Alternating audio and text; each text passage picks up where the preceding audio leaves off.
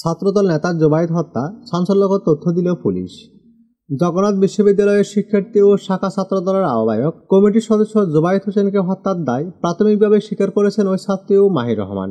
এ হত্যাকাণ্ডের পরিকল্পনা করা হয় 1 মাস আগে। অভিযুক্ত ছাত্রী ও মাহিরকে জিজ্ঞাসাবাদ শেষে এসব তথ্য জানিয়েছে পুলিশ। দীর্ঘ 9 বছরের প্রেমের সম্পর্কের ইতি টেনে টিউশনির শিক্ষক জোবায়েদ হোসেনকে পছন্দ করেন ওই ছাত্রী। এ বিষয়ে প্রাক্তন প্রেমিক মাহির রহমানকে সরাসরি জানান তিনি। সম্প্রতি জোবায়েদের প্রতি আগ্রহ হারিয়ে ফেলেন ওই মেয়ে।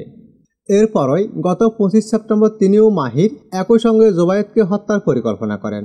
গত মাসের মাঝামাঝি সময়ে ওই ছাত্রী মাহিরকে জানান জোবায়েদকে আর ভালো লাগে না। এরপরই তারা দুজন মিলে তাকে দূরে সরিয়ে দেওয়ার পরিকল্পনা করেন। 25 সেপ্টেম্বর তারা 2টি সুইচ গিয়ার ক্রয় করে হত্যার প্রস্তুতি নেন।